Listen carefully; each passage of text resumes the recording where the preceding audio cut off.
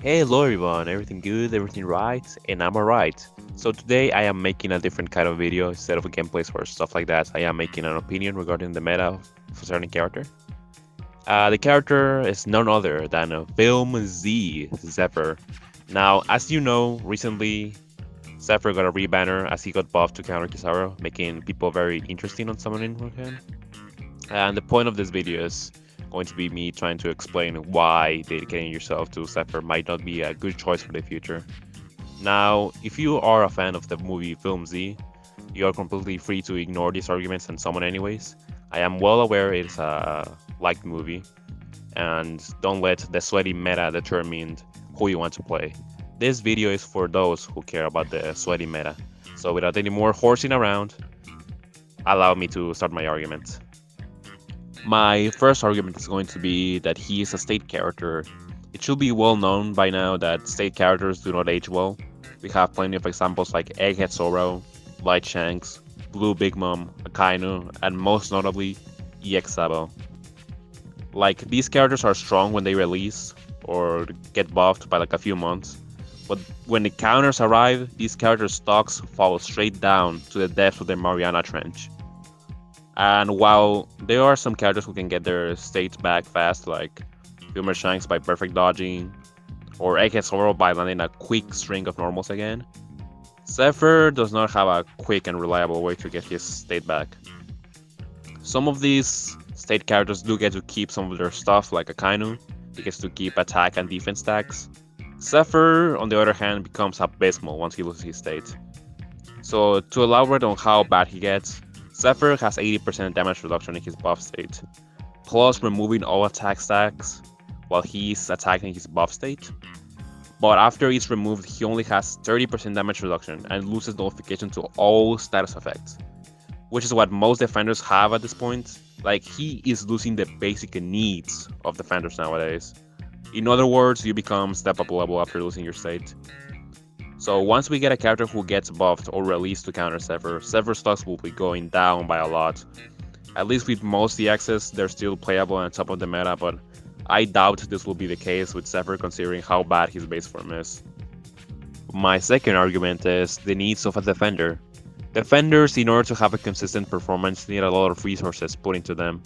Like for example, max on support, level 100 because defenders are stat merchants, and really need them high stats to be tanky. They also really benefit from a third medal. Like, defenders need a level of support and dedication that no other role in the game needs.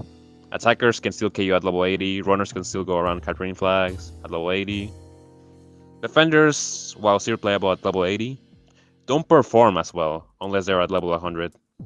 So Zephyr, by being a defender, kind of forces you into spending a lot on him, only for him to not age well because he's a state character.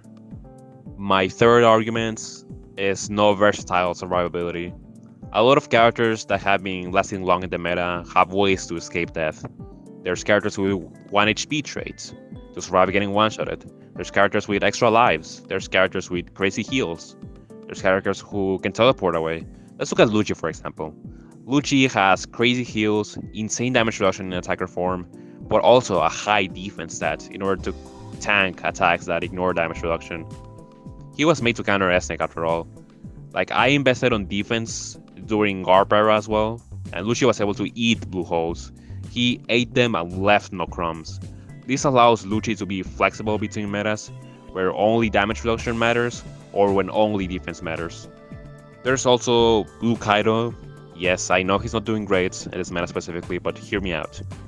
He has 80% damage reduction when the flag is over 100%, and stacks defense to 70%. So just like Lucci, he has the potential to be flexible between both kinds of metas as well. He also has an extra life. Zephyr doesn't have such things. Zephyr only has damage reduction and no traits for defense except for when he's facing Garp specifically. No extra life, no 1 HP traits from preventing him to get one-shotted. His heals can be easily countered by just having a trait that resists knockback. I don't think he's going to be a really flexible unit for the future. Now, let's say you came here because you don't have a meta defender and you want to summon for something. Do I still think you shouldn't go for Zephyr? Yes.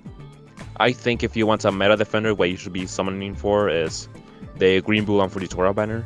Now, why do I say this? Am I implying that Green Bull is better than Zephyr as a pure defender? Absolutely. Green Bull can actually record the flags and not worry about not having enough damage reduction to survive Kizaru skill 1, because its conditions for damage reduction are way better. Green Bull has more stage control as well. It can remotely KO characters who are far away capturing flags. Yes, Green Bull can't fight outside the flag while Zephyr can if he's in his state, but this is pure defending we're talking about. And when it comes to matchups, they're about the same. The characters who counter Green Bull also counter Zephyr, like Niji, Kalgara, and Judge as some examples. And one possible argument you could make to say that Zephyr is better at defending than Green Bull is that Zephyr can actually ignore the enemy and recover the flag, which is useful against characters who can ignore the enemy and grab the flag. But I will disagree with that as an argument because said characters in question are Dark Roger and Bluno, who are damage reduction merchants, and Green Bull ignores damage reduction, so he can just kill them before they capture with skill 2. The funny thing is that Green Bull actually does better against Bluno than Zephyr. So with all of this in mind, on top of the fact that Green Bull is way cheaper, and you can frag him with scout points, I think if all you want is a meta defender, you should just go for Green Bull instead. He's way easier to max too. So that's all I have to say for today's video. Make sure to like if you enjoyed the video, make sure to comment if you feel there was some details that I missed, and subscribe to catch the action next time I'm streaming. I stream purely to build a community, so I'm always down to rooms and stuff.